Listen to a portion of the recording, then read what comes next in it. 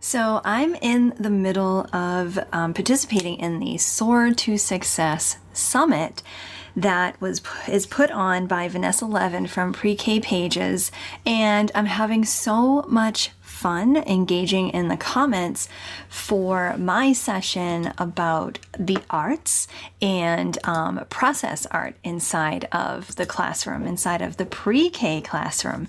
And a lot of good discussion is coming up about, how to start utilizing some of the ideas that I mentioned inside of my session. And I'm noting a little bit of a theme. And so I wanted to talk a little bit about what this theme would be. And that is starting small with the arts in early childhood. And it's not just about starting small with the arts in early childhood, but also starting small in the arts, no matter what grade level you are. I say this time and again. All of the ideas, all of the strategies that come from the Inspired Classroom, that come from SEAL, can truly, truly be modified and adapted to whatever age group you are, because the arts have that much power. I've talked about the power of the arts before. It's that differentiating power where the arts meet you where you're at and can challenge you to move forward. So let's use this episode to meet some of you where you might be at, and that is getting started with new artistic strategies in your classroom and starting small.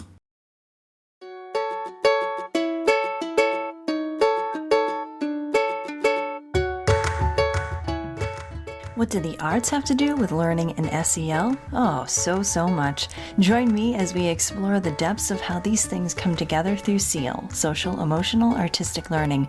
We'll look at the mindset, the methods, and the integrations that make SEAL so effective. So plug yourself in. It's time to get inspired.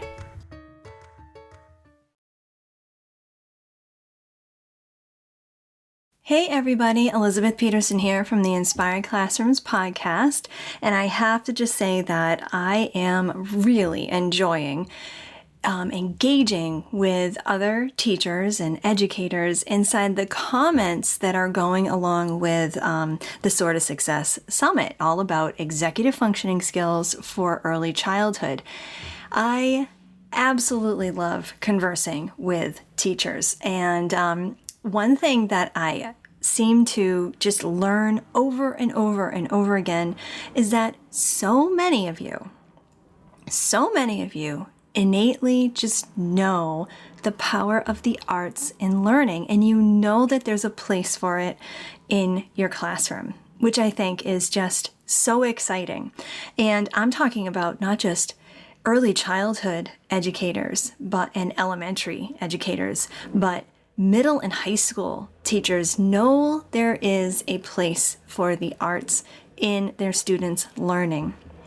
And when you participate in all of these things and you want to bring the arts into your classroom, you may be excited, right? But then you're wondering, okay, well, but how? And so what I'm seeing inside of the comments is I'm kind of thinking that there's a little bit of a theme here. And it's about allowing yourself to start small. And so what I want to present to you today is 3 ways that you can start small with the arts in your classroom. All right, so the first way that you can start small is by the materials that you use. Because let's face it, centers, boxes of things can just seem so overwhelming. And if you just put kids into the middle of all kinds of materials, it can seem overwhelming for you, for them, and it can get, as someone pointed out in the comments, a little chaotic, or you can at least envision it becoming a little bit chaotic. So limiting the materials that you allow students to use is just a really simple way to start small. And I would encourage you and myself, I sometimes have to remind myself of this in the classroom too, I would remind you that when you are bringing in materials for a certain center or a certain type of project or whatever it might be, to really take the time to go over what the material is, why you're putting it in or adding it into the center area, talk about the ways to use it, and then let the students try it out. But not just try it out, but, kind of watch them and guide them and help them in these ways. I think that is a really important thing. So simple materials that you can use inside of your centers. Well, someone mentioned in the comments using stickers. Oh, that's always a winner. And honestly, I think that's a winner for all ages, not just early childhood. You could just limit markers, right? Different colors of markers, maybe different sizes of markers. And the idea behind process art, which is something we talked about in the last episode, is that it's really all about allowing students time to explore and play, right? That's where they're going to get the most creative. In fact, oh my gosh, I remember so many years ago, it could have even been a decade ago at this point, I had an entire series on my blog that was called Freedom in Structure. And basically the premise of that thought is that the more structure you give, the more creative someone can be. So by limiting materials to only markers or to only paper and stickers, you can allow your students to be a little bit more creative with what they've got. What are some other simple materials? Well, you could do scraps of paper or things from the recycling, right? Maybe you have some magazines that students can rip. I mean, you don't even have to put scissors in your center. You could have magazines that they rip carefully. You could go over what that means. Talk about building fine motor skills. Oh my gosh, that's such a good one. And just having them place it, they don't even have to glue it. They can just have like what I would consider a temporary piece of art that they would then have to, just kind of reset and allow another student or another group of people to work with the same materials. Think about all the amazing lessons that they're learning, creating something and then letting it go. That is actually a really good life lesson. All right, but I'm not going to get too distracted or off track. So limiting the materials, that is one way that you can really start small when you're talking about implementing different arts in your classroom. All right, another thing that came up was the tech, because let's face it, oh my gosh, if I've worked in probably three different schools, and the tech and the Wi-Fi and it has been so different in each of those three schools. You just never know. And even when the tech is pretty good, can you always rely on it? No, not really. And so one of the concerns was, if I'm going to do something like sound tracking, which you may or may not be familiar with, sound tracking, where you're allowing for music to be playing at different parts during your school day to help just create the atmosphere that you need. So if you're going to start implementing sound tracking into your classroom and you can't rely on your Wi-Fi to work, or maybe Spotify is blocked or YouTube is blocked, I ran into that for many, many years. What are some low tech options that you can do? This is like a technological way to start small. And that is, well, you can use your phone. If you're allowed to, able to, but even that you can kind of run into some issues. But the good old-fashioned CD player, or dare I even say a tape deck. I'd be so curious to know if some of you still have some tapes from way back in the day. You could just simply have a simple CD player in your classroom that is pretty darn reliable, and all you need to do is plug it in. I remember when I first started teaching back in 1999, I had my awesome boombox. It was a double cassette boombox with a CD player and awesome speakers that you could detach and put in different spots in the room. It had a radio, and that's what I used for over a decade, and it was just perfect. It's all I really needed.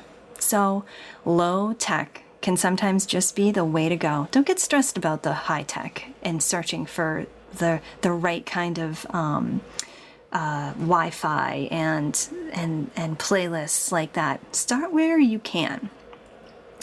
And the third way to start small is by starting with just one idea at a time. Now, I have seen this time and time again, where teachers are finishing off a course or finishing off a day's workshop or a retreat, or in this case, a summit, where you are just filled with so many amazing ideas, and you write them all down and you want to try them all, and it can be pretty overwhelming. So my suggestion is to start small. Start with one idea at a time. Now, this is nothing that you don't already know, right? But sometimes we need that reminder because you will have an entire school year ahead of you.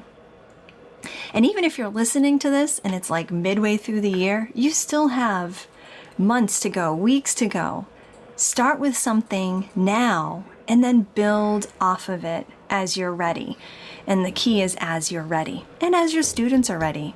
And so the slower you introduce these things into your classroom, the more sustainable they will be for you, and the more benefits your students will get from them, because they also will not feel super rushed. Taking that time to really introduce what you want to try in the classroom. Introduce it with, maybe you have co-teachers that you're working with, introduce it to your students, and just really do a quality job of getting that one idea in place so that you can then move on and try another. So there you go. There are 3 simple ways that you can start small when you're considering the arts in your classroom. Or even just in general, when you're coming away with so many things and you just want to get started. Someone noted that in my presentation, I said, just do it. And I think that is one thing that all of us teachers need to keep in mind. Sometimes we can get overwhelmed or then face a fear of, where do I start? Just start. Just do it. Think of that one idea that you can handle and get it started. And don't let anything get in your way. So good luck to you and all of those teachers who are coming off of the Soar to Success Summit. If this is your first time listening, I want to welcome you to the podcast. I am so glad you are part of this. Please consider subscribing and let's continue these conversations. Find me over on Instagram, Facebook, message me, and I can't wait to continue talking to you about the arts and bringing social emotional learning into your classrooms through SEAL. Have a good one, everybody.